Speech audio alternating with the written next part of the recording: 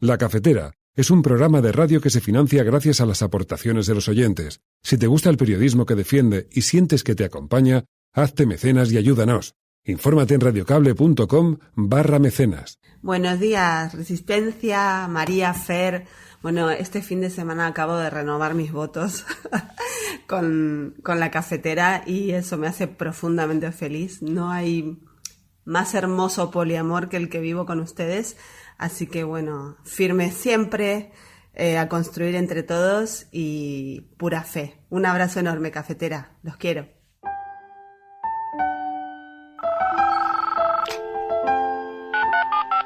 Son las 8:30 de la mañana.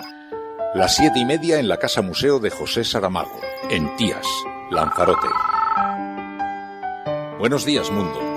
¿Quieres un café?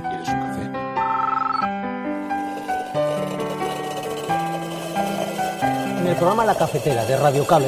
En una entrevista en Radio Cable. Durante 20 minutos en Radio Cable y dice todo lo que van a escuchar. Mañana en La Cafetera de Radio Cable. Radio Cable, que ha conseguido una auténtica primicia. Ha entrevistado esta mañana y ha conseguido situar esa entrevista y lo que le ha dicho en los titulares de todos los digitales. La Cafetera. Dirige Fernando Berlín. Con María Navarro. Se establece además un lapso máximo para la convocatoria de elecciones de 12 meses. Se establece toda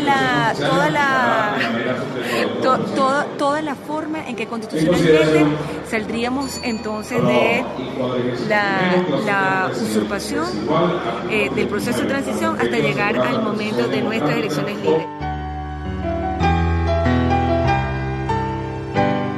Quiero solicitar que España lidere una actuación internacional para la reconstrucción económica de Venezuela. España tiene que liderar una especie de plan Marshall, o plan Europa, o plan España en Venezuela, que permita que una nación tan rica, una nación con tantos recursos naturales, que ha sido arruinada por la mala gestión de la izquierda bolivariana, pueda tener un futuro de esperanza y de prosperidad. ¿Cómo es posible que digan que Estados Unidos lo que quiere es el petróleo de Venezuela, sus reservas de petróleo? Claro, están citando a Bolton, que es uno de los artífices de la guerra de las mentiras en Irak. O sea, están citándolo a él, pero al mismo tiempo tendrían que decir que Venezuela no va a ser una colonia de Estados Unidos, pero tiene que dejar de ser una colonia de Cuba y de Rusia. ¿O es que Rusia no está allí por el petróleo?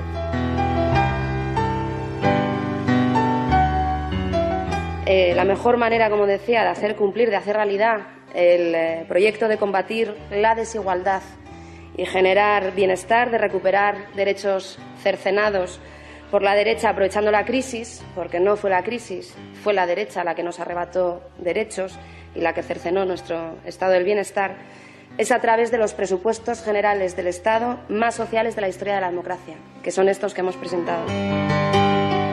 Aquello que a día de hoy son incumplimientos, como que baje la factura de la luz o que bajen los precios de los alquileres, se van a convertir en estos 2 meses en absolutos cumplimientos de ese acuerdo que firmaron Pablo Iglesias y Pedro Sánchez y, por tanto, que estos presupuestos van a salir adelante. No me cabe otro escenario a que el Gobierno cumpla con lo que ha firmado. Bueno, yo creo que la posición de Sánchez es cada vez más obscena y más humillante para todos los españoles, ¿no? Esa cesión constante ante los separatistas, ante las exigencias de los separatistas, con la única esperanza, con la única finalidad de aguantar un minuto más, de aguantar una semana más en la Moncloa. Que haga lo mismo que exigió a Rajoy, que retirara los presupuestos si no tenía el apoyo de las instituciones. Por tanto, Sánchez no tiene el apoyo ni de Europa, ni del Banco de España, ni de la AIREF. Y, por tanto, los españoles no merecemos estos presupuestos. Fíjese, 15 millones de euros destinados a que ustedes desentierren unos huesos en lugar de mejorar a los jueces y fiscales. Y es que hasta en eso. Señorías, guarden silencio. Señorías, guarden silencio.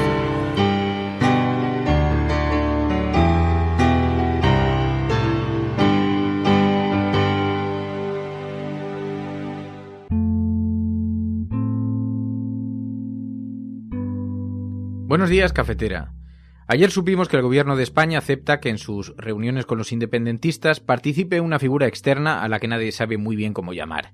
Relator, fedatario, mediador, testigo, intermediario. Nosotros sugerimos terapeuta porque, como algunos ya estamos acostumbrados a la sobreactuación que conlleva este tema, no nos ha llamado demasiado la atención la reacción que esto ha producido y, más allá de consideraciones subjetivas, a nosotros nos parece que toda medida que contribuya a superar la desconfianza entre ambos interlocutores y tratar de acercar posturas es a priori aceptable. Quienes critican desde la sensatez esa medida dicen que hace débil al Estado, pues no está en el mismo plano que una de sus comunidades autónomas, también dicen que no defiende la credibilidad de las instituciones y también que Sánchez entrega este peaje para garantizarse apoyo en los presupuestos. Pero todo son consideraciones, como decimos, subjetivas. Y luego está el teatro político.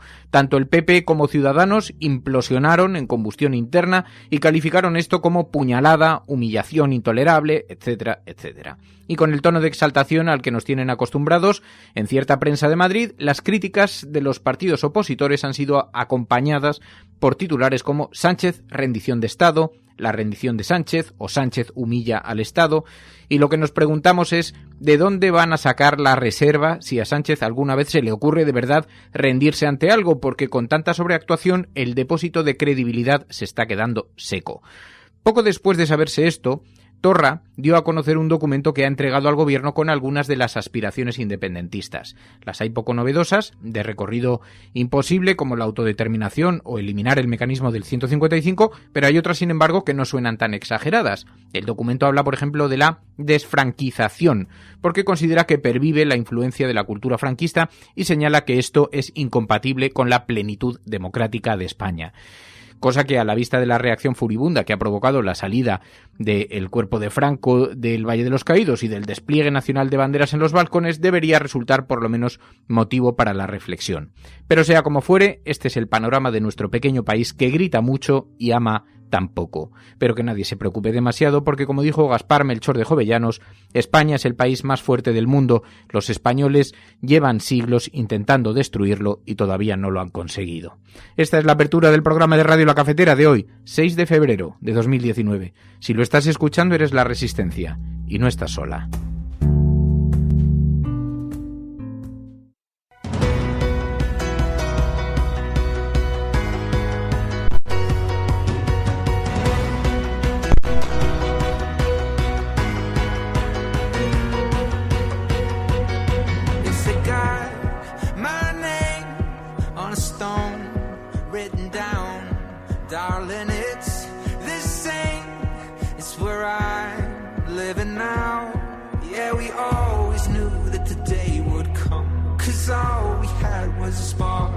Espero que hablemos de ello en la sobremesa cafetera, María. Le estaba diciendo a Fer que he hecho los deberes.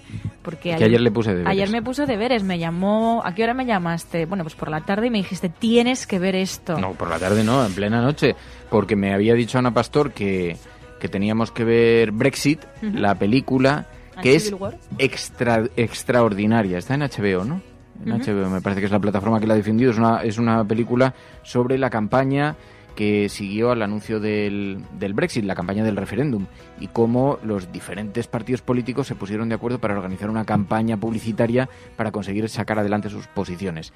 Es espectacular porque te da una idea de lo peligroso que es abrir la caja de Pandora y lo incontrolable que se vuelve después. Brexit, una película muy recomendable, y te has hecho anotaciones, pero ¿sabes lo que vamos a hacer? Porque está pululando por la red, está circulando ahí HBO también y todo eso, pero bueno, a ver si pero digamos que no es de acceso imposible.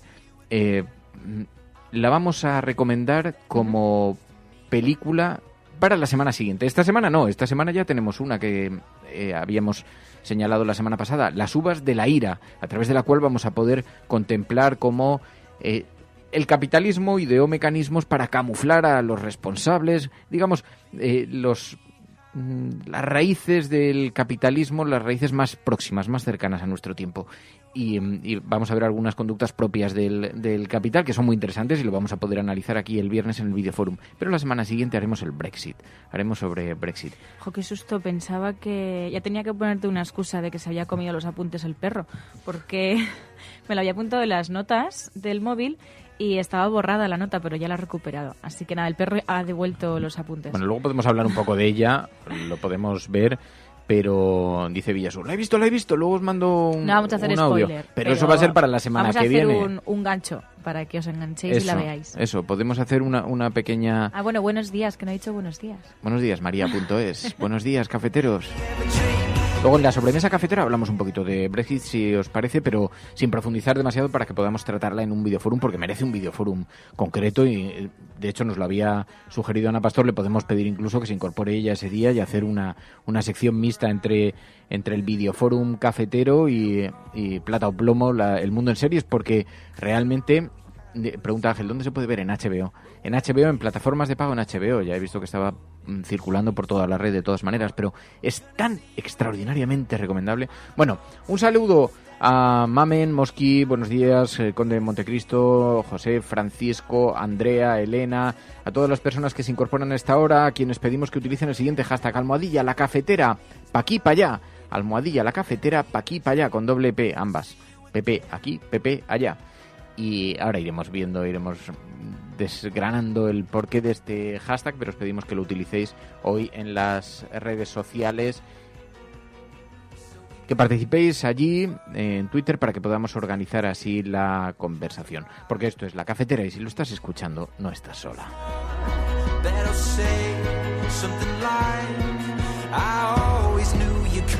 Like this, I saw flashes and glimpses before, but they fade, they seem like a distant dream when you walk into the door.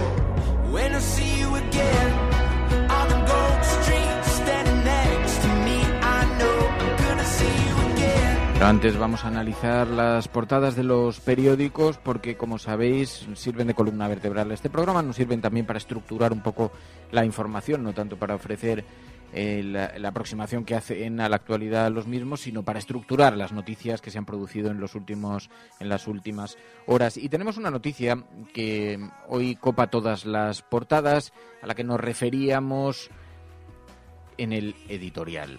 La de el relator que se ha aceptado en la mesa de partidos sobre Cataluña, relator entre comillas, porque nadie sabe muy bien cómo definirlo, cómo catalogarlo. Se habla de relator, se habla de mediador, decíamos, nosotros sugerimos terapeuta, un intermediario, un mediador en esa mesa de partidos para que pueda ser fedatario de las cosas que allí se hablan. Ayer esto fue la gran polémica política del día, hoy es portada en todos los periódicos de este país. El gobierno asume una figura neutral que coordine el diálogo, decisión que PP y Ciudadanos tachan de puñalada, humillación intolerable, dice el periódico El País. Sánchez acepta un relator en la mesa de partidos sobre Cataluña y, en efecto, ayer escuchamos a los partidos de la oposición con mucho enfado sobre este asunto. Bueno, yo creo que la posición de Sánchez es cada vez más obscena y más humillante para todos los españoles, ¿no? Esa cesión constante ante los separatistas, ante las exigencias de los separatistas,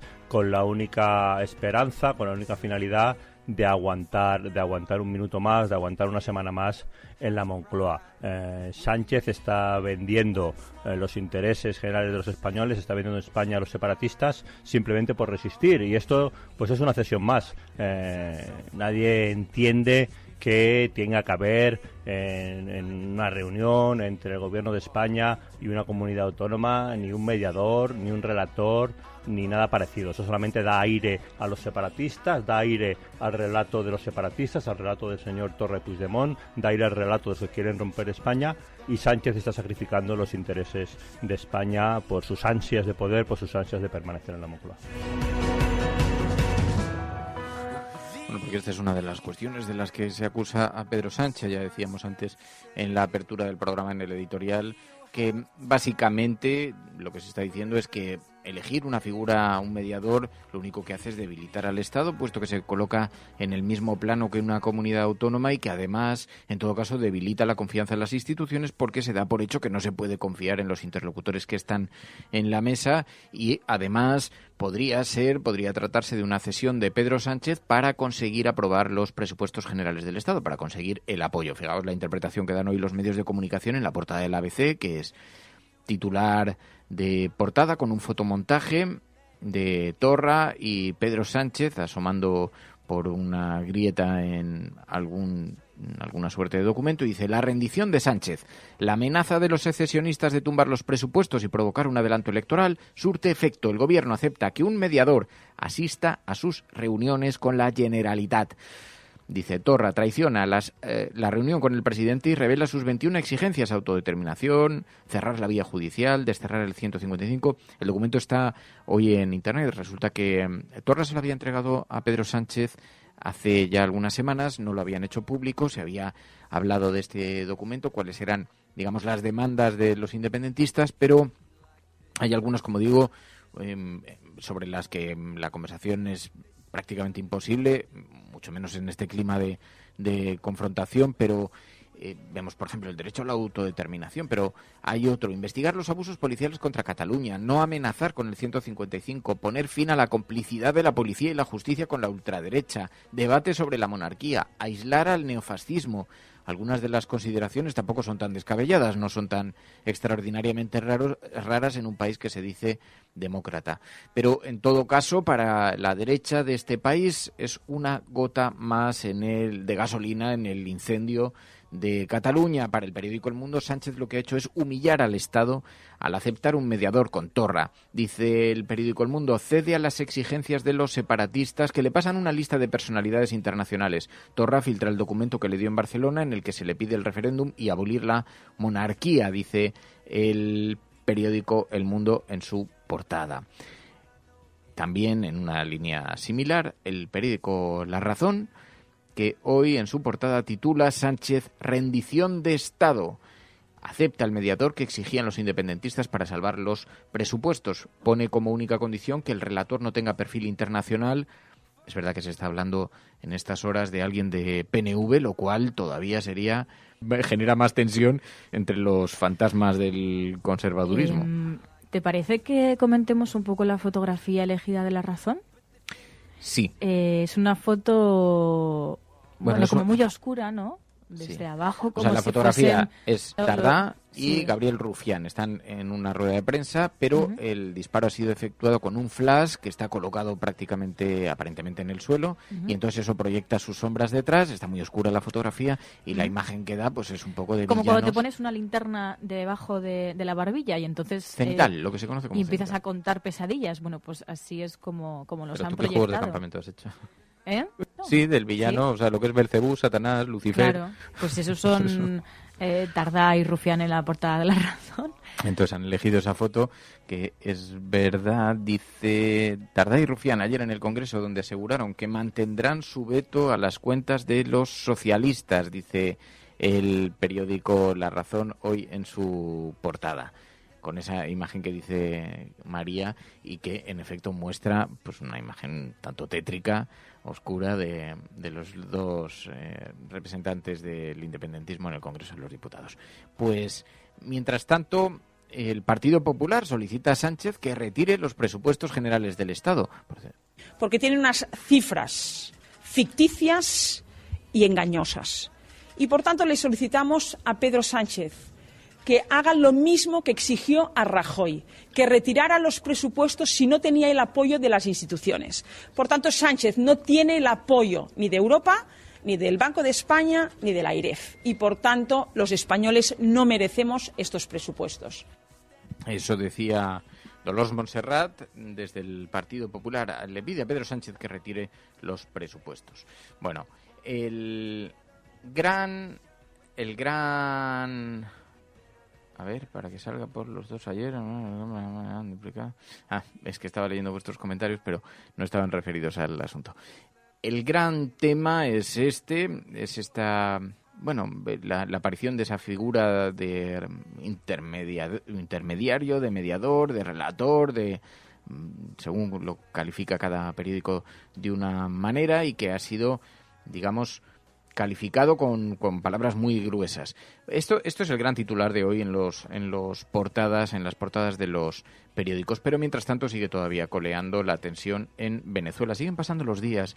Ayer coincidí con el exministro José Manuel García Margallo, el exministro de Exteriores del Partido Popular. Coinciden en Telecinco. Tuve la oportunidad de conversar un rato con él. Había algunas claves que eran interesantes. En ese mismo programa se entrevistó a Felipe González. He extraído algunas de las reflexiones que hizo porque son muy interesantes, porque nos dan algunas claves de cómo observan la realidad venezolana quienes están apoyando a los opositores desde aquí, desde España, cuáles ven que son los riesgos regionales que hay, y una lectura más allá de lo superficial, de la batalla política de aquí, de España, que no nos interesa mucho en este asunto, sino tratar de comprender un poquito mejor qué es lo que está moviendo, cuáles son los intereses que están moviendo y cuáles son las preocupaciones que mueven a quienes están apoyando a Guaidó. Pero decía una cosa Margallo ayer que me llamó la atención, porque me dijo que en la medida en que fueran pasando las horas, las posibilidades de que Guaidó terminase convirtiéndose verdaderamente en el presidente eran más difíciles, porque toda la operación esta que se ha puesto en marcha consiste básicamente en que el ejército dé su apoyo a Guaidó, y si el ejército no da su apoyo a Guaidó, quien sigue teniendo el control de las instituciones, la recaudación, digamos la presidencia de facto, es Nicolás Maduro, ¿no? Esto me llamaba la atención porque en efecto las horas siguen pasando. Estados Unidos ha ideado una gran campaña de propaganda con ese convoy humanitario que pretende atravesar el país. Claro, la oposición da por hecho que va a entrar en el país sin ser ni siquiera revisada. O a lo mejor lo que quieren es que sea revisado ese convoy delante de todas las cámaras por parte del ejército. Pero claro, ¿dejaría Nicolás Maduro entrar un convoy que viene desde Estados Unidos sin ni siquiera mirar qué contienen las cajas? Así que, bueno, en todo este sainete que estamos viviendo, en este golpe encubierto en Venezuela, una de las cosas que observamos es que lo que sí que hay es una gran preocupación por los socios internacionales que se puedan estar instalando en la zona. Y entonces Felipe González fue entrevistado y le preguntaban por esto y alertó sobre los aliados que Venezuela ha conseguido en la zona. Venezuela y Rusia. El gobierno de Estados Unidos alardea, grita, tiene un lenguaje de esto es inaceptable, pero curiosamente enfrente tenemos al gobierno de Putin que manda los aviones, pero no alardea de mandar a los aviones militares, que ha metido a un grupo de mercenarios y lo niega. ¿Cómo va a reconocerlo? Que está depredando los recursos de Venezuela. Estos dicen que Estados Unidos quiere depredar los recursos. No, ya lo ha depredado Maduro con ayuda de sus socios, entre otros Putin. Y eso nos llamaba la atención porque, en efecto, entre los gobiernos latinoamericanos y algunos europeos que se han inclinado por apoyar a Guaidó, hay una reflexión que causa mucha preocupación. Dicen, ¿se puede permitir el corazón de Latinoamérica tener, digamos, presencia de Irán, Rusia? Porque dicen, bueno, una democracia homologable a las nuestras, más o menos similar, que reconocemos, podría ser la norteamericana, con todas sus, salvando todas las diferencias y todas las distancias. Pero claro, Rusia, China, son interlocutores que puedan introducirse, sobre todo mirando geoestratégicamente al mundo que estamos configurando en los próximos 20 o 30 años, en ese mundo de bloques donde China se está destapando como la gran superpotencia. Y así que es una batalla que está con la mirada mucho más puesta a largo plazo que a corto plazo. Y decían, ¿cuáles son los intereses que tienen estos países? Porque decía Felipe González que Rusia ya tiene intereses. Decía, claro, es que se está alertando mucho sobre los intereses que persiguen los Estados Unidos dentro de Venezuela, pero ¿qué es lo que persigue Rusia? ¿Cómo es posible que digan que Estados Unidos lo que quiere es el petróleo de Venezuela? Sus reservas de petróleo. Claro, están citando a Bolton, que es uno de los artífices de la guerra de las mentiras en Irak. O sea, están citándolo a él. Pero al mismo tiempo tendrían que decir que Venezuela no va a ser una colonia de Estados Unidos, pero tiene que dejar de ser una colonia de Cuba y de Rusia. ¿O es que Rusia no está allí por el petróleo? Mire, hagan una pregunta, porque la gente no profundiza de verdad en eso y me duele. ¿A quién pertenece la petrolera Citgo que opera en Estados Unidos a nombre de PDVSA? ¿A quién pertenece? ¿Es ya del régimen de Maduro o es ya de Rosneft y por tanto rusa, aunque no afloren que tiene la mayoría porque no lo toleraría Estados Unidos? Pasar de tener una petrolera de un gobierno como el de Maduro distribuyendo gasolina a tener una petrolera de Putin. Bueno, pues así quizá comprendemos también cuál es la mirada que están colocando sobre la mesa quienes están apoyando a Guaidó.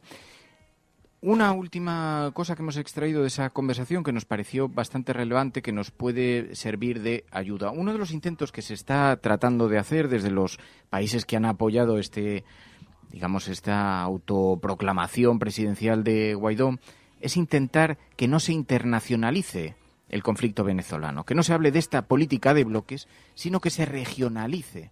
¿Por qué? Porque hay mucha preocupación a que Estados Unidos termine interviniendo en Venezuela, porque saben que sería un auténtico incendio en el resto de los países latinoamericanos, entre otras cosas porque despierta completamente todos los viejos fantasmas de Latinoamérica y todo el apoyo que ha conseguido Guaidó a este momento lo perdería. Así que decía Felipe González, y es muy interesante escuchar entre líneas, que una intervención de Estados Unidos en Venezuela sería un incendio. Así que da la impresión de que todo lo confían a que si en algún momento interviniesen algún tipo de fuerzas armadas, no de forma clandestina, que ya imaginamos que estará la CIA operando por la zona, o Rusia, que también ha enviado soldados de élite, parece ser. No ya, sino de forma directa, pues sería bajo el paraguas de la OEA o bajo el paraguas de otros países regionales, limítrofes, pero no con la intervención directa de Estados Unidos, porque decía Felipe González que podría provocar eso. Todos deberíamos de estar de acuerdo en establecer una línea roja. No puede haber una intervención militar de Estados Unidos en Venezuela. No puede ni debe haber. La opinión pública latinoamericana se volvería en contra. ¿Qué credibilidad puede tener Trump para hacer una intervención militar cuando está haciendo hoy el debate del Estado de la Nación contra la inmigración latinoamericana? Eso decía González. Y otro de los discursos que nos permite conocer algunas de las claves de lo que está ocurriendo. Bustinduy, de Internacional en Podemos, que sabéis que ahora va a competir en las elecciones europeas, que tiene una de las lecturas más precisas sobre la reacción tan nefasta y tan precipitada de algunos de los países que han apoyado repentinamente a Guaidó. Por ejemplo, el gobierno español. ¿Qué pasa tras reconocer a Guaidó en Venezuela? Porque ahora veréis que de pronto tenemos más incógnitas que respuestas. Dice hoy el periódico El Mundo en su portada, el embajador de Guaidó en España no tendrá rango diplomático. Nadie sabe muy bien qué fórmula se va a hacer. Sabemos que Guaidó ha elegido un embajador para España, pero no tiene embajada. Tampoco puede tramitar papeles oficiales. ¿Qué pasa si un venezolano en España tiene problemas con su visa, con su pasaporte, o tiene problemas o una empresa necesita de interlocutores? ¿Quién va a hacer de figura institucional para resolver eso? Lo va a hacer un señor que no tiene documento público, que no tiene acceso al sistema público o institucional de Venezuela. Así que se va a crear una especie de oficina comercial. Decía ayer Margallo, en un momento que tuve la oportunidad de charlar con él, decía, bueno, pero esto ya lo conocemos. En Estados Unidos, en Cuba, Estados Unidos ha tenido una oficina de asuntos económicos que hacía las de embajada o consulado en realidad, ¿no? Pero no estaba declarada como tal. Ahora bien, ¿le van a dar rango diplomático a la embajada? ¿Va a ser territorio internacional a otro edificio que no sea el de la embajada de Nicolás Maduro? Así que todo esto lo que nos retrata es la enorme precipitación con la que el gobierno de España ha aceptado una posición que en realidad no tiene ninguna capacidad legal, no tiene ningún recorrido legal. Bustinduy lo explicaba la semana pasada, porque además se preguntaba, ¿y qué pasa tras reconocer a este supuesto nuevo presidente? ¿Qué van a hacer al día siguiente de reconocer a Guaidó? ¿Qué plan tienen para el lunes que viene? El plan es el siguiente. Trump ha nombrado enviado especial para Venezuela a Elliot Abrams, arquitecto intelectual de la invasión en Irak, el golpe de Estado en Salvador y la contra paramilitar en Nicaragua. De hecho, fue condenado judicialmente por vender ilegalmente armas a Irán para financiar a la guerrilla nicaragüense. Luego fue indultado por el presidente Bush. Craig Fowler, jefe del Comando Sur de los Estados Unidos, ha declarado que hay dos soluciones para el problema. O le sacamos como a Noriega o le sacamos como a Marcos. El vicepresidente de Bolsonaro ha informado de que el papel de Brasil será liderar las fuerzas de paz tras un golpe victorioso. Y si todo esto les parece insuficiente o anecdótico, el propio señor Guaidó ha afirmado literalmente que la intervención militar es un elemento de fuerza que está encima de la mesa y ha pedido abierta y reiteradamente al ejército que se levante contra el gobierno.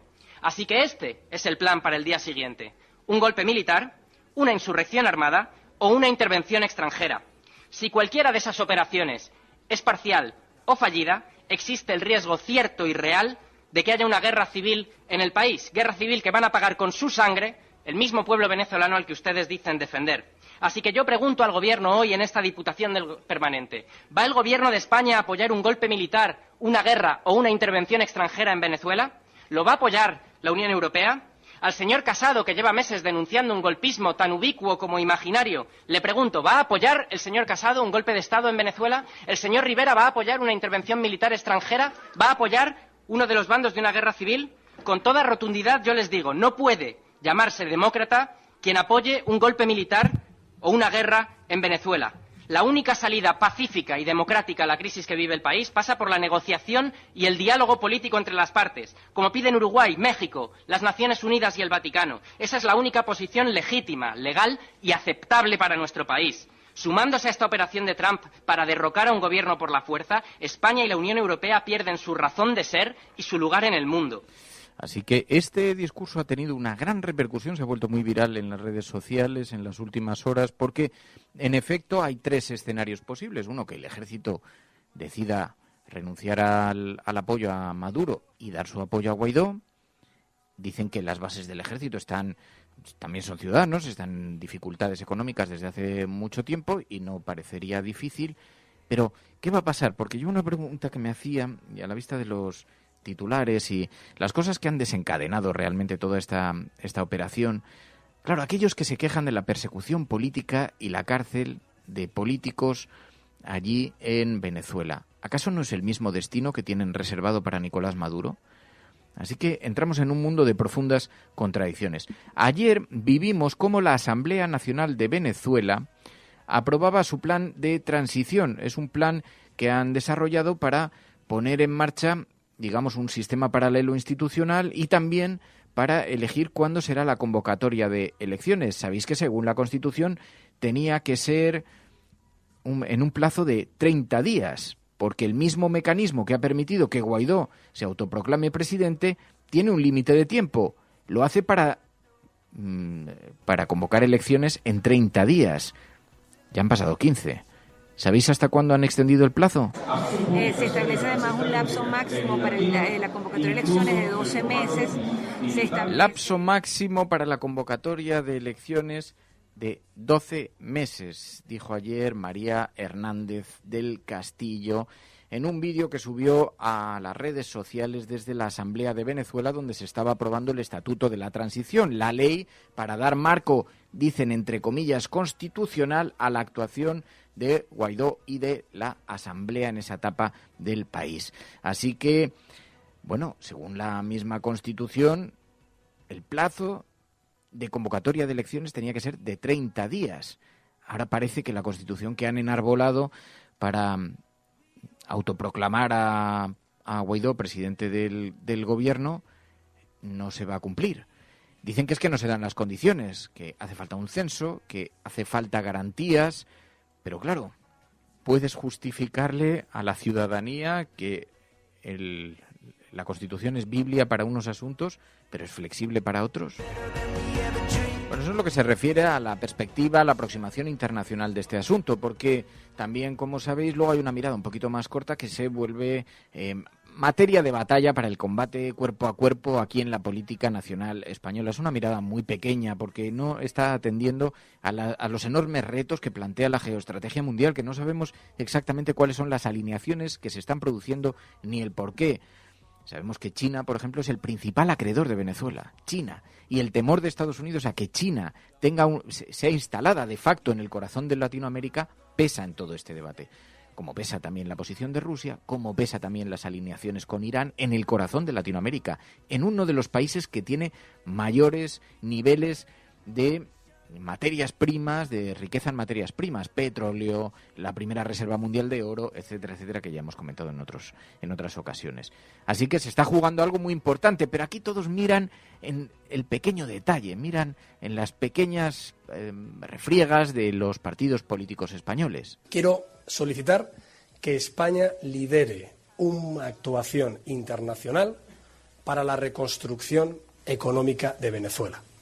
España tiene que liderar una especie de plan Marshall, o plan Europa, o plan España en Venezuela, que permita que una nación tan rica, una nación con tantos recursos naturales, que ha sido arruinada por la mala gestión de la izquierda bolivariana, pueda tener un futuro de esperanza y de prosperidad.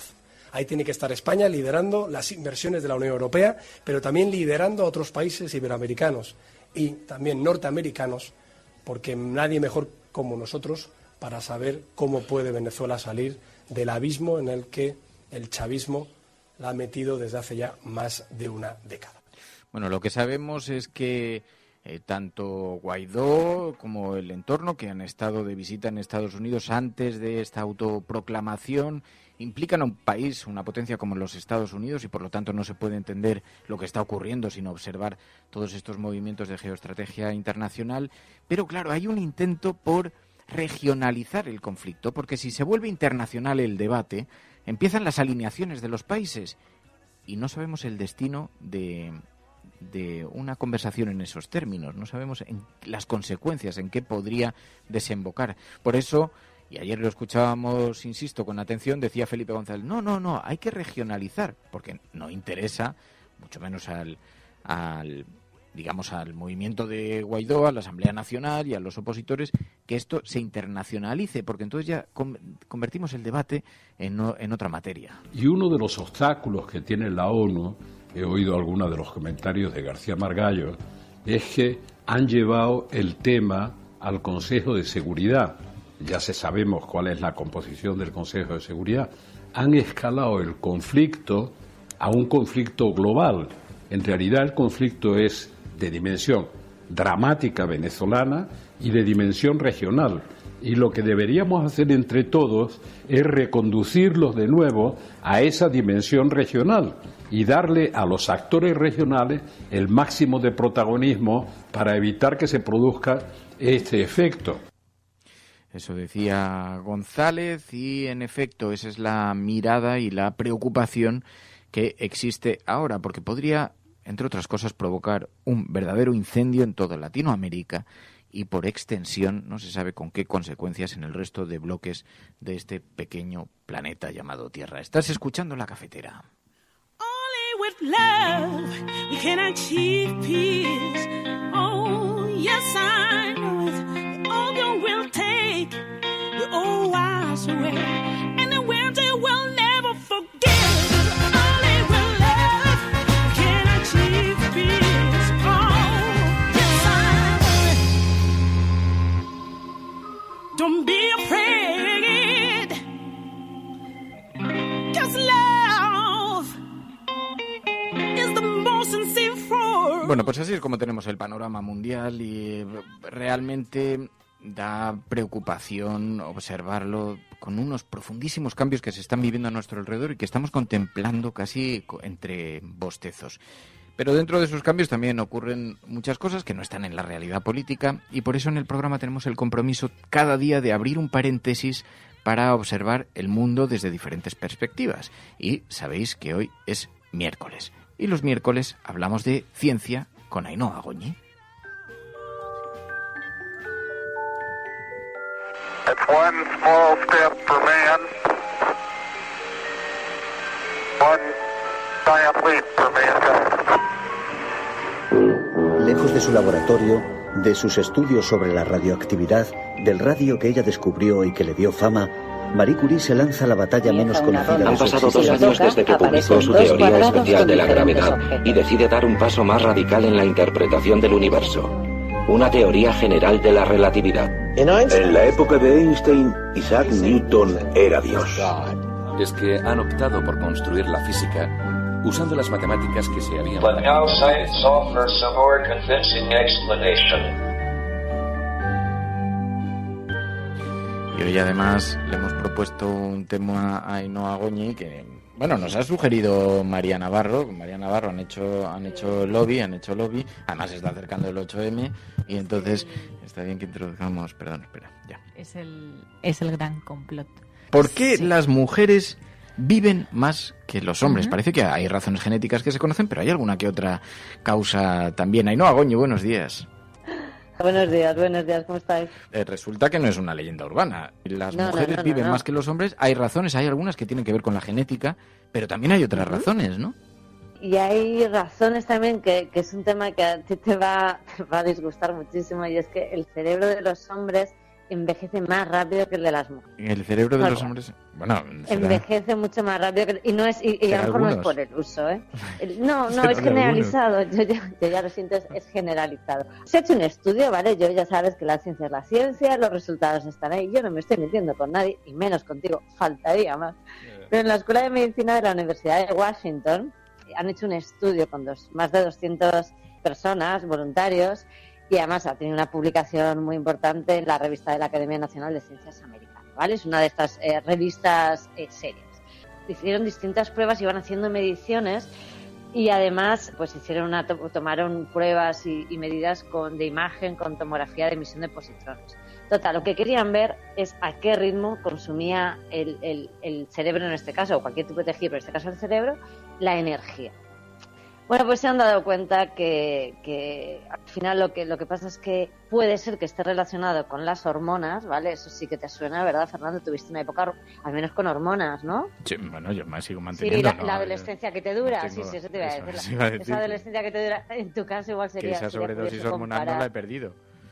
No, sí, es evidente, tú no te preocupes. Por eso a lo mejor tú en tu caso no podrías entrar en este estudio porque eran... hombres y mujeres normales, sin ningún tipo de enfermedad ni ningún tipo de desajuste hormonal, ¿vale?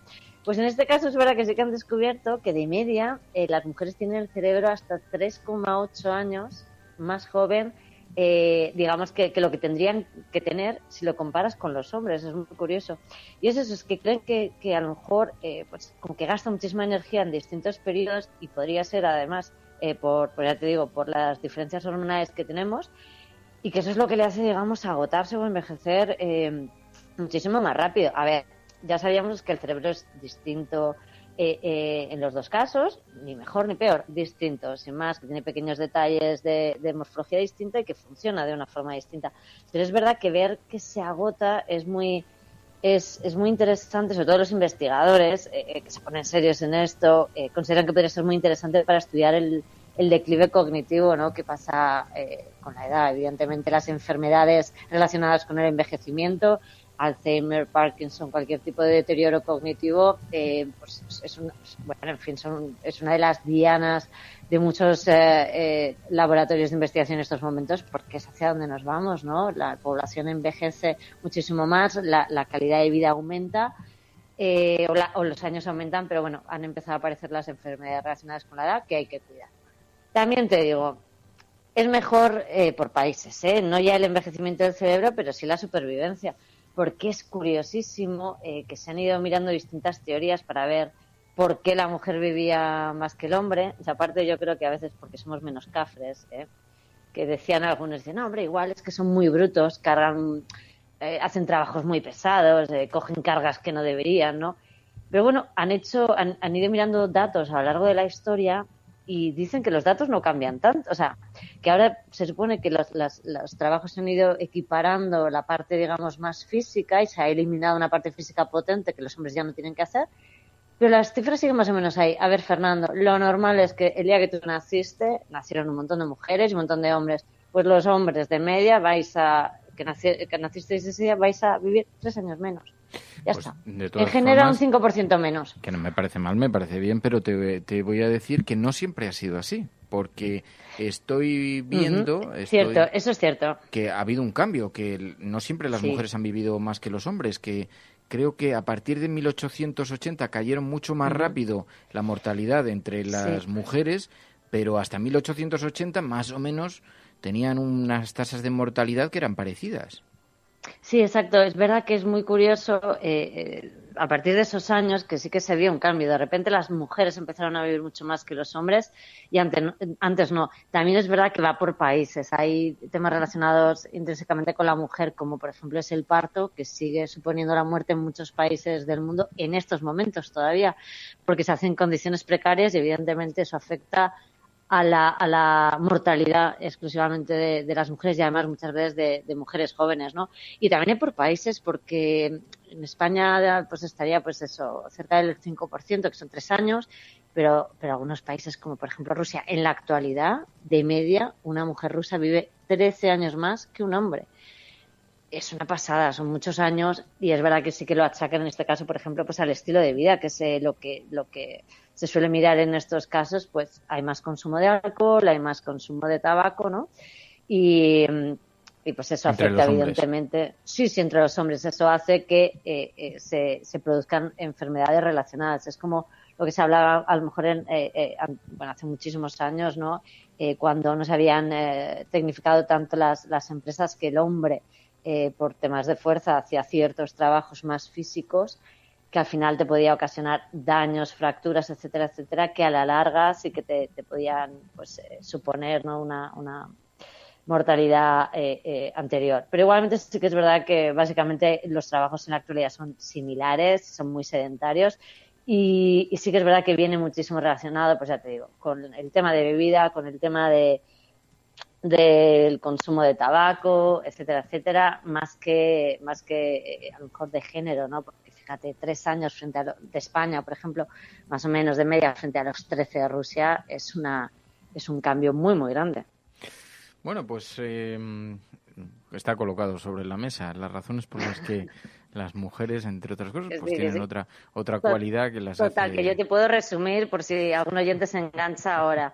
Vas a vivir menos porque eres mayor que María y que yo y encima eres hombre, o sea... Bueno, para empezar, te diré que estadísticamente eso que acabas de hacer es una afirmación que tiene poca base, porque el hecho de que sea mayor no incrementa los riesgos a los que estoy sometido, porque yo me cuido. Estilo de vida sedentario, de eso nada, que estoy yendo a la piscina. Ay, vaya, no se te nota, pero oye, poco a poco.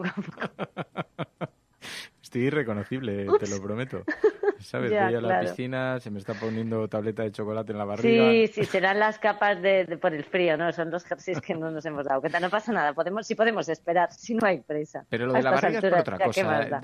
Tú sabes que como las morsas en invierno me tengo que alimentar bien, porque si no necesito una capa extra de grasa para pasar el frío. No te puedo hacer pasar eso. No digas tontadas. Me estoy poniendo muy guapete, lo que pasa es que no me estás viendo porque no vienes a vernos, pero me estoy poniendo bastante estupendo. Si te veo con otros ojos, que lo vamos a ver. Ya, eso sí. Pues eso que llevo gafas y están graduadas, o sea que excusitas las justas. Pero no, si esperamos, si total ya te digo, tantos años esperando, ¿qué más nos da? Bueno, dice, me dicen por aquí, Jofer, ¿echa alguna vez tú también un dardo?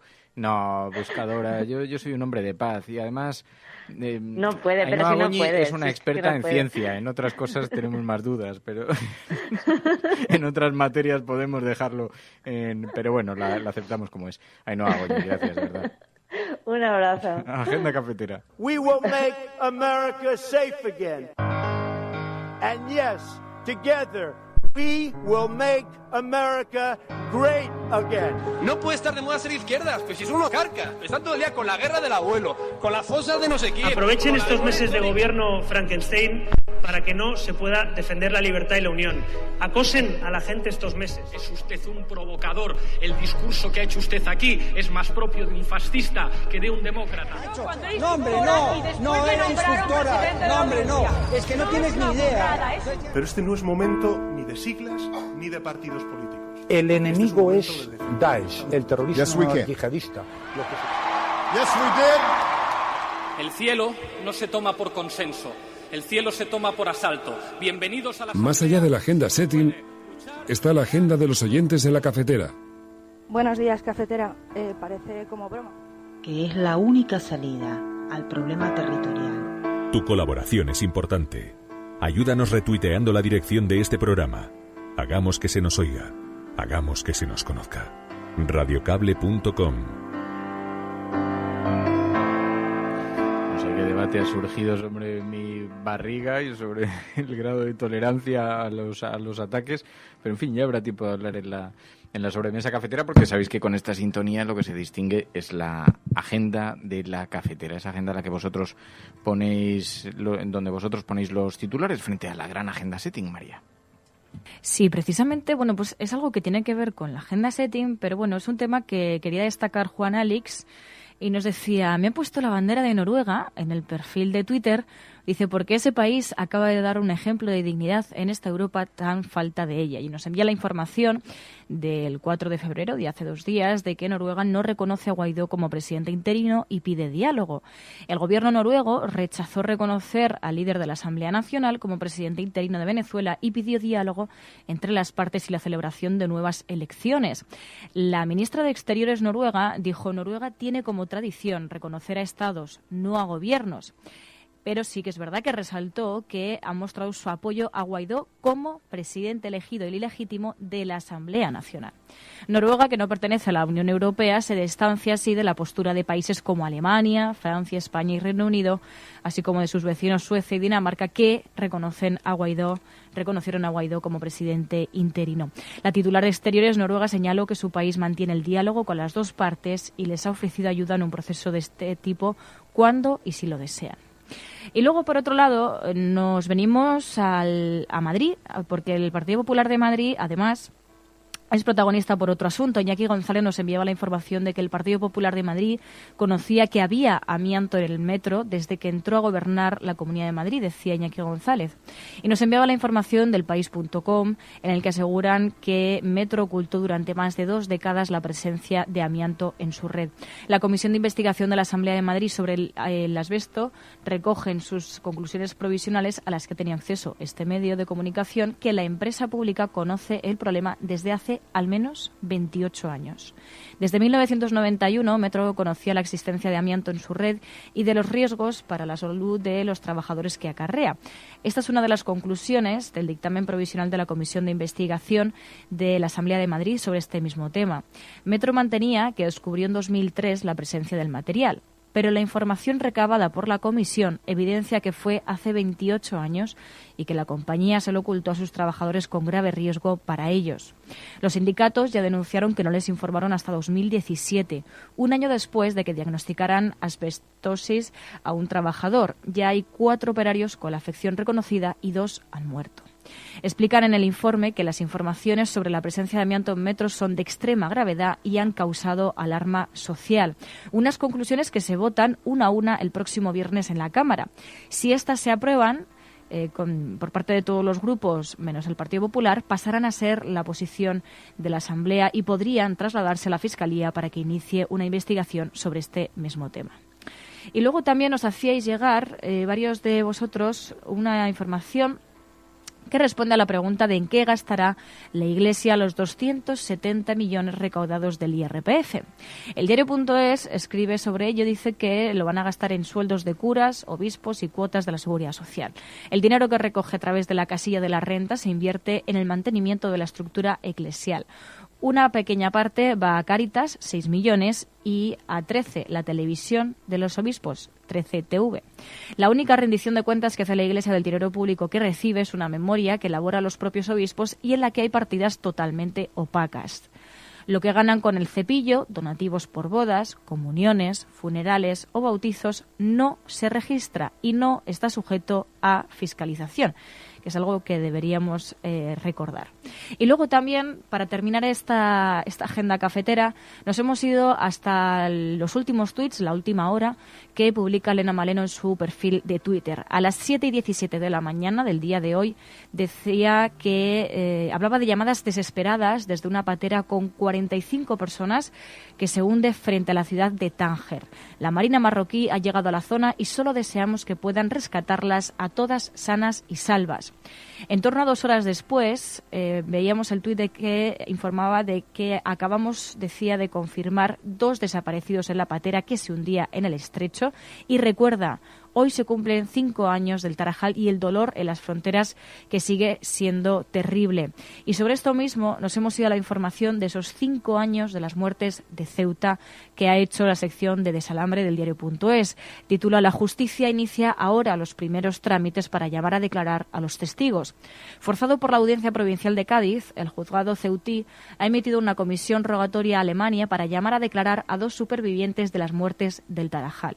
CEAR ha pedido también la admisión de un nuevo testigo que reside de forma regular en España, rechazada por el abogado del capitán de la Guardia Civil investigado. La asociación Observatory Desk teme que no se pueda materializar la declaración de los testigos de Alemania debido a errores en la petición realizada por el juez ceutí. Así que nos encontramos como 5 años después de las muertes de Ceuta. La justicia inicia ahora los primeros trámites para llegar a esclarecer algo sobre lo sucedido. Before I drift away, speak to my heart, reminding me that I belong. I am not that. Bueno, antes de ayer ocurrió una cosa muy divertida de la que ha dado cuenta Berto Romero. Nos pregunta Trivilongo, ¿pero estáis en el grupo? Es que nos ha metido en el grupo. Para poneros sobre contexto, bueno, Berto Romero ayer fue al programa de Broncano, a La Resistencia, y allí contó lo que le ha pasado. A ver si, no sé si se extenderá mucho, voy a intentar ir pero es que directo. envejeció la hostia en 4 días, tío, de verdad. Normal, qué terrible. En marzo vengo aquí al Capitol, en la Gran Vía, Actuar un mes entero. actuar con mi monólogo. Estoy de jueves a domingo aquí en el Capitol. La hostia, por cierto, déjame, yo lo he visto y, claro. Sí, sí. Best of the best. Fantástico, pues, ya sabes, de lo mejor que puedes ver en show business. Sin duda. De primer nivel de comedia. Sin duda. Bueno, y el caso es que... ¿Estás nervioso de El contar vídeo esto? se llama tío, porque Berto Romero es un dije, yayo. tengo un mogollón de amigos en Madrid, digo, pues les pongo unas invitaciones, les ofrezco que si quieren venir, pues yo les invito y tal. Joder. Buena idea, buena idea. Puta madre. Y entonces, pues miré la agenda del teléfono, Sí. y entonces fui seleccionando... En WhatsApp. Y en WhatsApp y seleccioné a 115 personas. Pero eso está bien. Normalmente tú, si quieres mandar un mensaje a 115 personas, No sabía que iba a hacer nada mal. le das a lista de difusión y entonces se manda a Pues 115 personas. ¿Queréis venir a la actuación? Pues ahí está el fallo, que no di a lista de difusión. Y lo que hiciste... Un grupo. Y entonces, Berto Romero Hostia, que me da mucha vergüenza. Pobrecito. ha hecho un grupo, nos ha metido María.es, que es un servidor. No sabéis quién hay en ese grupo. Pero claro, en ese grupo había mucha gente. Madre Mucha de gente Dios. que a lo mejor... Vaya grupo. Porque a lo mejor no querían que su número estuviera allí. Pues yo qué sé, actores, actrices, algún presentador de televisión. Expresidentes del gobierno. No, eso tanto no, pero bueno, alguien... Pero prácticamente. Gente muy influyente. Y entonces yo de repente lo hice y pensé, bueno, ¿qué puede salir mal? Déjame un momento que diga que yo cuando me metí al grupo que pusiste Berto en marzo en Capitol, además como un título horrible, Berto como si fuese de una promotora. Berto Marzo Capitol. Eso es. Y me meto y digo, ¿pero qué cojones es esto? Y yo vi que de repente aquello se empezaba un follón de gente. Porque Claro. yo puse... entré y puse, si queréis... Bueno, pues en efecto, Berto Romero hizo un grupo, debió meter a Sí, a fue media un Comunidad de Madrid, liarla parda en toda regla. y entonces Pero ha hecho además, un grupo, luego pero también... el grupo está lleno de gente, entonces está desde Manuel Bartual a David Broncano, estoy viendo Facu Díaz. O sea, el grupo es de una extensión, luego hay un montón de gente que no se sabe muy bien quiénes Claro, son, porque además ponen nombre ahí así. te sientes un poco mal, ¿no? Porque hay como muchos humoristas y entonces dices, jo, es que me están alegrando las mañanas todos los días, pero yo no puedo devolverles lo mismo, ¿no? Entonces lo que dice Berto es que se han vuelto todos unos haters que están escribiendo a todas horas, porque hubo al principio muchas disidencias, mucha gente que cogió y empezó a Es que la abandonar gente el grupo debió flipar. al ver, pero estaba... Pero es que además aquí nos pasó, que además nos descubrimos el grupo cuando estábamos aquí todavía en el estudio. Y además fue muy raro, porque yo estaba en Twitter y le digo a Fer, mira, acabo de ver una publicación de un nuevo espectáculo de Berto, tal. Y entonces de repente vemos el grupo de WhatsApp, o sea que fue como una premonición. Mira, está Leticia Dolera, Estoy viendo también a... Dice buscadora de estrellas. Facu me gusta y tiene pelazo, digan lo que digan. Mira, Luis Piedrahita. ¿Qué pasa? Que de pronto esto se ha convertido en una agenda de teléfonos que, claro, es una mina para la sustracción de contacto. Luis Piedrahita... estoy viendo también... Bueno, no vamos a desvelar la identidad de todos, ¿no? Bueno, no, pero que hay algunos, Alberto Chicote, hay algunos nombres que son muy divertidos. Pero lo que pasa es que son incesantes en las publicaciones, así que... Bueno, hoy... Bueno, y hemos hecho también un... Bueno, que está más... Yo a las 4 de la mañana he hecho mi contribución a despertar a Creo Berto. que lo explican también en la red. Sí. Sí, a las 4 de la mañana envío un mensaje. De buenos días, Berto, ¿qué tal estás? Porque además había alguien que escribía, decía, estamos aquí en el Tony 2, hola, Berto. No sabemos cuánto va a durar el grupo, pero bueno, de momento, oye, lo estamos haciendo sobrevivir. Pero sí. Hemos hecho hasta un saludo. Loco este hombre, porque claro, mira. Porque mezclaste eso con Anonymous. Claro, es que es una mezcla malísima. Con lo cual eso en 2 minutos eran los Juegos del Hambre. O sea, eso era terrible. La gente troleando, claro. Famosos saliendo. Yo me acuerdo ver gente saliendo... bueno, sí, Pablo claro, Motos. es que ahí era... Claro. Pablo Motos abandonó el grupo. Yo creo que se enfadó. A los 2 Motos. minutos. Y claro, de repente, lo que pasó es que lo que se ha quedado ahí es como una bolsa de 115... Han quedado como... Ahí quedan unos 70-80. Como unos 70-80, que es una combinación... Eso es increíble lo que de hay trolls y voyeurs y... que están dando por culo todo el día. O sea, pero gente bueno, muy ya quedan famosa, 63. O sea, 63, hay más disidencias. Nosotros vamos a estar hasta el final. Hemos decidido que vamos a estar hasta que el grupo caiga completamente. Hasta la destrucción total. Porque es que luego Berto Romero, es verdad, es un cachondo. Se fue del grupo, pero lo volvieron a meter. Alberto Chicote, ojo,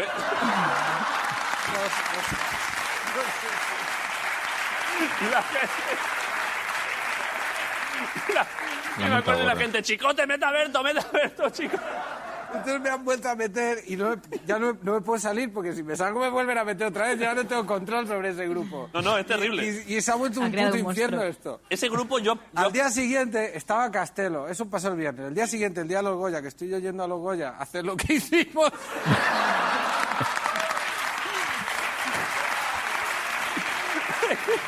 Bueno, es tan majo de todas maneras que nadie lo ha cogido con mal humor. No sé si alguno de los que se salieron al principio, me imagino que se salieron simplemente porque ya sabéis cómo son los grupos multitudinarios, que de pronto te ves envuelto y no haces más que recibir y puedes o silenciarlo o salirte. Y además en un grupo de estos de WhatsApp lo mejor es salirse o lo antes posible o ya no te puedes salir, porque luego te conviertes en el objeto de debate. O como salgas es como irte de una fiesta muy prontito, pero nada, nadie se ha enfadado con Berto Romero, ha sido muy divertido y ahí está, porque es que como estrena espectáculo, entonces quería como darlo a conocer y la ha montado gorda. Pero los tiempos que vivimos, y entonces dice que se siente un yayo. Esa es la gran diferencia entre un grupo de WhatsApp y una lista de difusión. Amiguitos.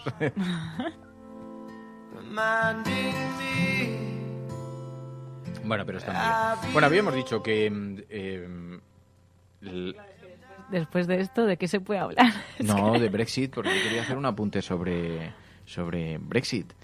La película. Es una película basada en hechos reales sobre la campaña que hicieron algunos promotores en el referéndum por la salida del Reino Unido de la Unión Europea.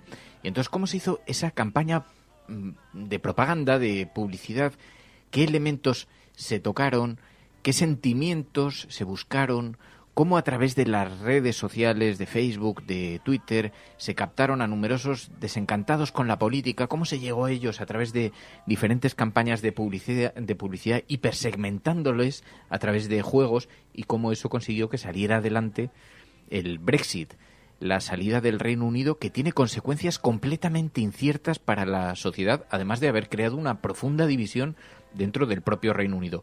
Es una película tan extraordinariamente recomendable que la vamos a convertir en la película del Videoforum de la semana siguiente.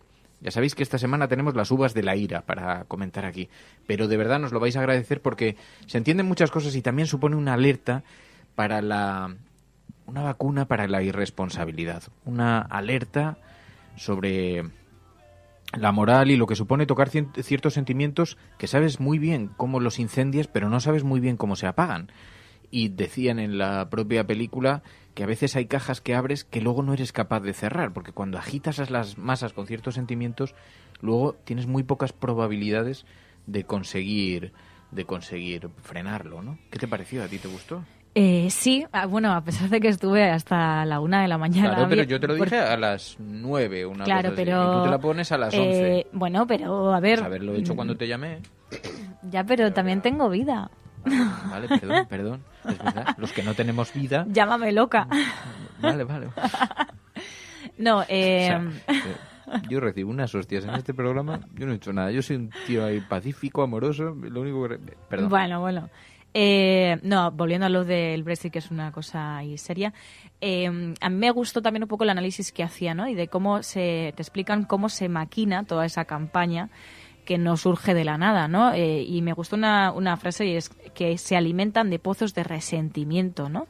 Entonces ven ese, digamos, a llamarle nicho, ven ese nicho de resentimiento, de desesperación, de desafección, que puede ser aprovechado, pues bueno, en este caso por la salida de Reino Unido, pero también puede ser aprovechado en casos como en el de España por partidos que promueven el odio hacia ideologías de extrema derecha. Y me gustó mucho porque yo creo que podemos aprender muchísimo de lo que puede venir en España.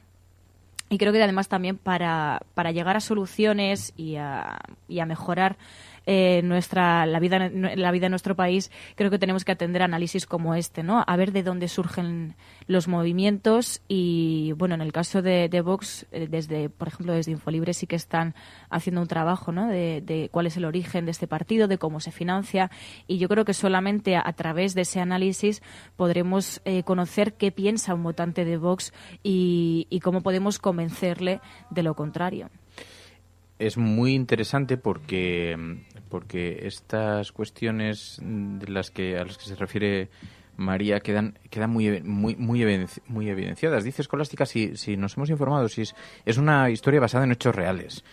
Tiene bastante fundamento, porque es verdad que después sabéis que ha habido una investigación parlamentaria en el Reino Unido por la manera en la que se utilizaron las redes sociales y la forma en la que Steve Bannon también asesoró para que en todos los grupos de euroescépticos pudieran compartir un tipo de estrategia. Y se habla, por ejemplo, de cómo se utilizó la tecnología de Cambridge Analytics. Y es absolutamente fascinante. Un montón de gente, lo primero que hicieron fue detectar quién en el Reino Unido formaba parte de ese conglomerado indefinido que nunca las encuestas contesta, que no va a votar, que se sienten ya fuera del sistema, que desconfía completamente de la vida política, de la clase política. ¿Quiénes eran esas personas? Y los identificaron a través de las redes sociales. Por ejemplo, a través de comentarios, a través de juegos, poniendo quiz de preguntas y respuestas con supuestos hipotéticos premios que podías ganar si contestabas una serie de juegos, y lo que iban haciendo era segmentar en una base de datos gigantesca todos esos perfiles de hiperdesencantados, a los que después se les servía publicidad muy bien conducida, muy bien dirigida. Si esas personas habían manifestado animadversión por el sistema de salud porque no cubría sus expectativas, entonces se le dirigían anuncios específicos sobre cómo salir del Brexit podía beneficiar en esos aspectos. Así que con campañas hiperdirigidas, consiguieron darle la vuelta a una votación por la que nadie del establishment daba un solo euro. Y fijaos cómo es que Steve Bannon, que fue asesor de aquello, uno de los asesores, porque hubo varios y no fue el diseñador de toda la estrategia principal, que es otro protagonista que sale perfectamente retratado en esta película, que como digo está basada en hechos reales.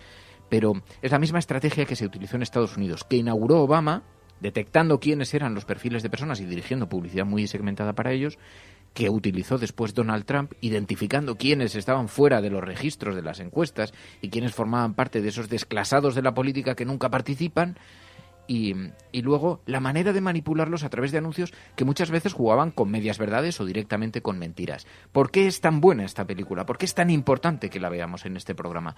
Porque sirve también como sistema de alerta temprana de lo que nos viene encima.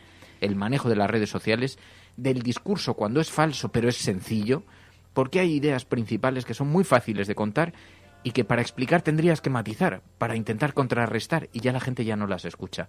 Y eso queda muy bien ilustrado en la película. Y que dicen lo que quieres escuchar, porque también en un momento de desesperación, y también aquí yo creo que hay que hacer autocrítica, al menos en Europa, sobre las consecuencias de la terrible austeridad que han vivido las distintas sociedades en Europa. Y sí, se puede decir que hemos salido de la crisis, pero arrastramos todavía mucha precariedad y arrastramos situaciones pues de desesperación. Y lo que más me preocupó, ¿sabes qué? Es que insisto en que vamos a hablar de esto, hablaremos con tiempo porque merece la pena cuando ya la hayáis visto vosotros también y podamos hacer un gran videoforum sobre esto y pidamos la intervención de otras personas, que participe Pilar, que participe también, a ver si podemos también enganchar a Ana, que fue quien nos sugirió que viéramos esta película.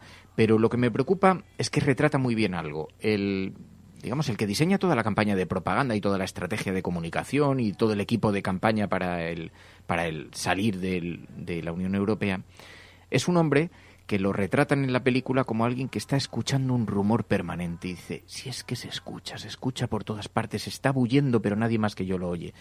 ¿Qué es lo que estaba bullendo? El desencanto, el racismo, una serie de elementos que él después coge, sintetiza y lo coloca en mensajes muy sencillos. Cuando se acepte a Turquía en la Unión Europea, 55 millones de personas, 70 millones de personas van a compartir tus recursos. Y lo sintetiza en esto, que provoca un terrible miedo, pero recoge sentimientos que estaban bajo el subsuelo.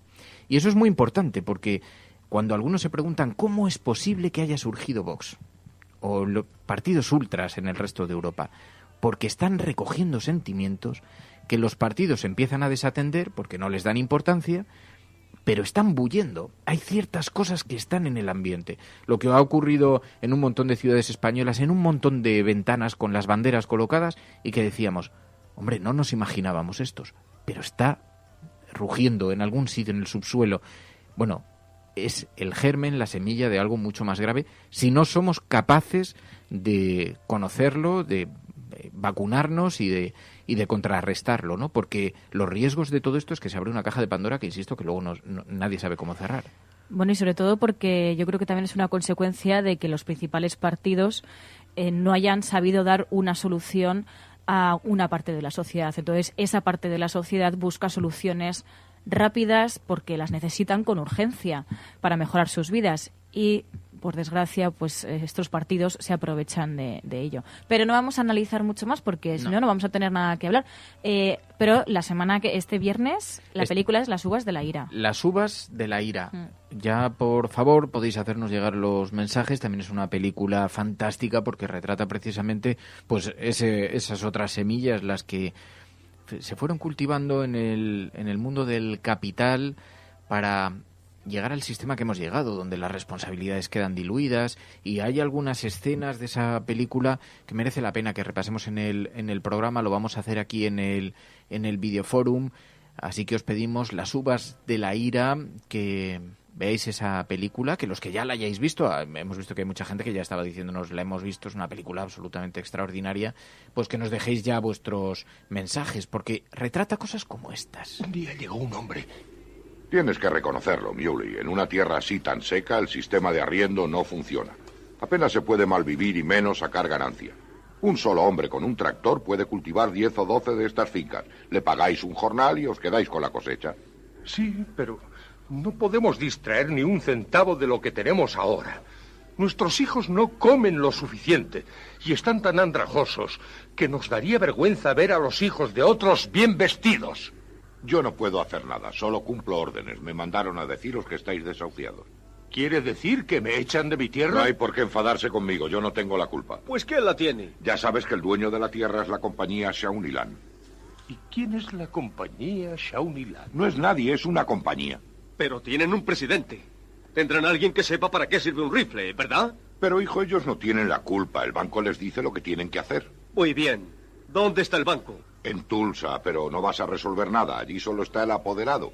Y el pobre solo trata de cumplir las órdenes de Nueva York. ¿Entonces a quién matamos? La verdad, no lo sé. Si lo supiera, te lo diría. Yo no sé quién es el culpable. No pienso marcharme de Una escena mítica de Las uvas de la ira, una película excepcional y que sobre todo que nos permite eso, conocer cuáles son las raíces y la manera en la que el cine ha estado retratando esos pasajes de nuestra historia contemporánea y que explican también cómo se han ido diluyendo los responsables, cómo se han ido camuflando los culpables en un sistema atroz que ha terminado con un montón de gente en la pobreza, que paralelamente también ha creado un sistema con mucha prosperidad en algunos países. Pero todo esto nos va a servir para reflexionar ampliamente, así que las uvas de la ira para este viernes. Ya podéis ir dejando los mensajes. 627-002-002. WhatsApp. Nota de audio. Lo de la senadora del Partido Popular... Lo comentaremos mañana con Emilio Silva. Vale. Mañana lo vamos a hablar. Esther Muñoz, del Partido Popular, se burló del presupuesto para la memoria histórica sobre esto. Y con unas palabras absolutamente escandalosas. Esther Muñoz. Mañana vamos a hablar. Si queréis, podemos avanzarlo. ¿Sabe dónde nos equivocaron? Fíjese qué casualidad, hombre. Donde no hubo error fue en la partida de la memoria histórica. 15 millones de euros, hombre, ahí no hubo error. Claro que no. 15 millones para crear una verdad de Estado, pero no para mejorar a los jueces y fiscales que están esperando que ustedes les mejoren sus salarios. Fíjese, 15 millones de euros destinados a que ustedes desentierren unos huesos, en lugar de mejorar... 15 millones destinados a que desentierren unos huesos, de nada. Una auténtica desvergüenza, desde luego es grotesco.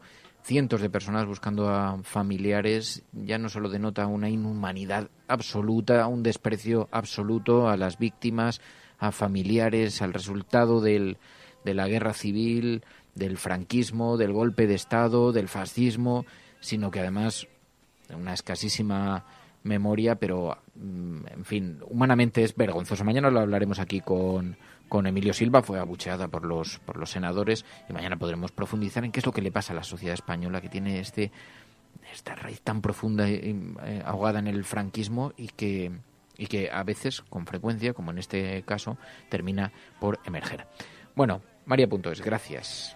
Gracias. Mañana más. Nada más, ¿no? No, nada más. Un montón de cosas hemos hablado hoy. Sí. Tenemos un montón de cosas, sí.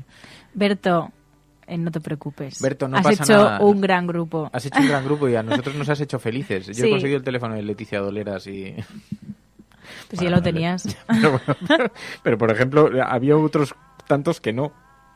Y ha sido, en fin, bueno, está, no sé. Pero ha sido un pequeño error que nos ha hecho muy, muy felices durante un montón de horas. Bueno, cuidaos mucho. Adiós, Mary, gracias. Adiós a todas. Every thundering beat,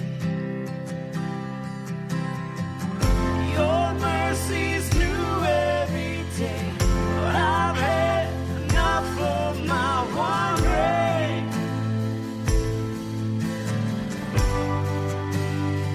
La Cafetera es un programa de radio que se financia gracias a las aportaciones de los oyentes. Si te gusta el periodismo que defiende y sientes que te acompaña, hazte mecenas y ayúdanos. Infórmate en radiocable.com/mecenas.